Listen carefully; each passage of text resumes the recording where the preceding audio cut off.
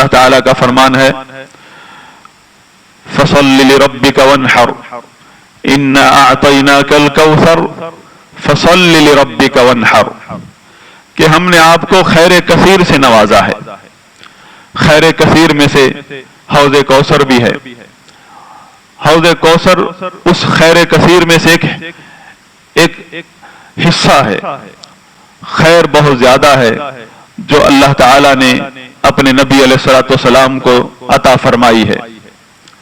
फसल्लि लिरब्बिका वन्हर, लिहाजा इसका शुक्र इस तरह अदा कर कि उसी की नमाज पढ़ और उसी के लिए ज़िबाह कर। यानी नमाज में अगर उसका शरीक ठहराना जायज नहीं है तो ज़बीहे में भी किसी को शरीक बनाना जायज नहीं है। अल्लाह के अलावा किसी की अकीदत में किसी भी जानवर को ज़िबा करना, चाहे वो मच्छर या मक्खी के दर्जे का क्यों ना हो, हरगिज जायज नहीं है।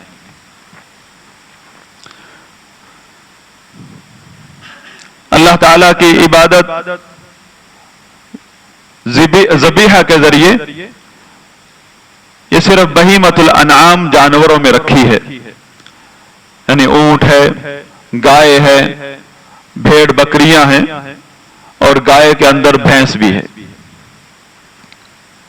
इसके अलावा किसी भी जानवर की कुर्बानी की इबादत अल्लाह ताला ने मुकर्रर नहीं फरमाई, जायज नहीं रखी कि किसी जानवर को ज़िबा करके अल्लाह का तकर्रुब हासिल किया जाए, चाहे वो कीमती हिरन क्यों ना हो।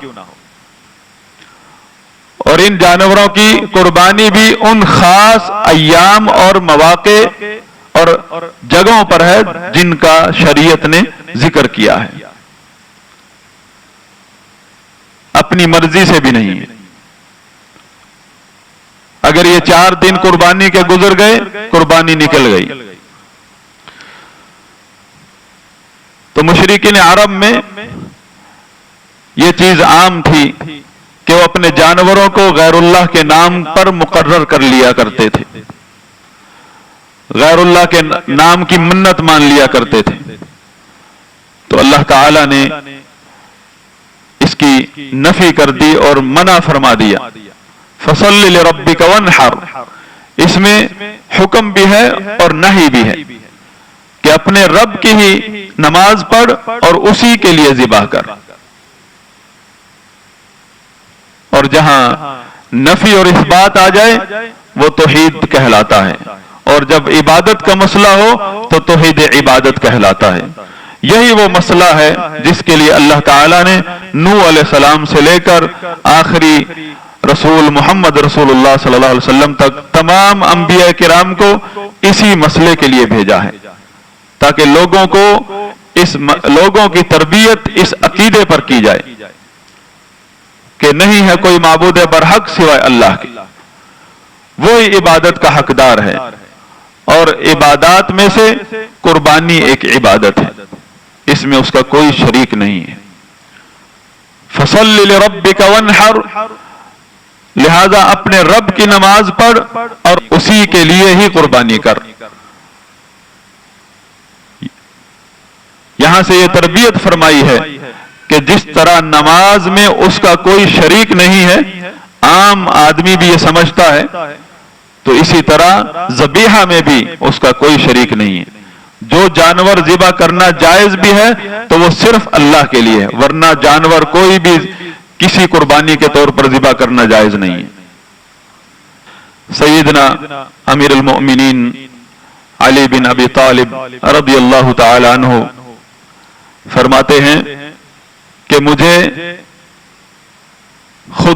रसूलुल्लाह सल्लल्लाहु अलैहि वसल्लम ने हदीस बयान फरमाई है जिसमें 4 बातें हैं।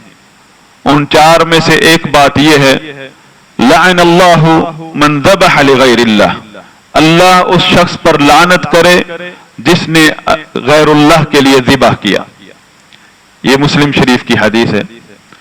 और लानत का मतलब है धुतकारना, अपनी रहमत से दूर कर देना। کہ ایسا شخص اللہ کے دربار سے دھتکار دیا جاتا ہے جس پر اللہ کی لعنت ہو جائے، اس پر کوئی رحمت نہیں ہوتی، پھر اسے دنیا اور آخرت کی کوئی چیز فائدہ نہیں دے سکتی۔ جس شخص نے غیر اللہ کے نام کا ذبح کیا، اللہ اس پر لعنت کرے۔ یہ رسول اللہ صلی اللہ علیہ وسلم کے الفاظ ہیں جنہیں سیدنا علی بن ابی طالب رضی اللہ عنہ نے روایت کیا ہے۔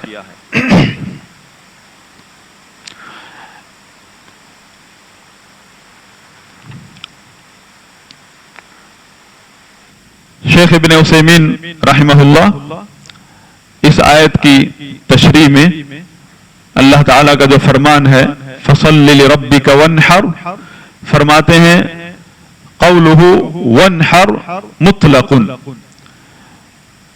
کہ یہ جو حکم ہے کہ اللہ کے لیے ہی قربانی کر، یہ مطلق ہے۔ فَيَدْخُلُ فِيهِ كُلُّ مَا ثَبَتَ فِي الشَّرْعِ مشروعیتُهُ،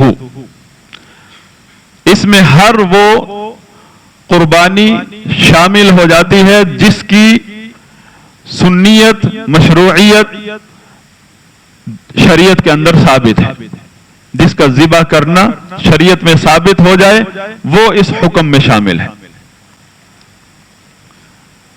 اور وہ تین قسم کی ہیں قربانی جو اس آیت کے اندر جو حکم نازل ہوا ہے کہ اپنے رب کے لیے ہی قربانی کر، یہ تین قسم کی قربانی ہے۔ ایک تو یہ قربانی جو 4 دن ہم کرتے ہیں، 10 ذی الحجہ یوم النحر، اور اس کے بعد 3 دن ایام تشریق کے۔ اور دوسری قربانی وہ ہدی ہے جو حاجی ذبح کرتا ہے، اور تیسری قربانی عقیقہ ہے کہ جب بھی کسی کا بیٹا پیدا ہو تو 7ویں دن 2 جانور ہیں، بکرا یا مینڈا، بڑا جانور نہیں، چھوٹا جانور، اور اگر بیٹی ہے تو 1 جانور۔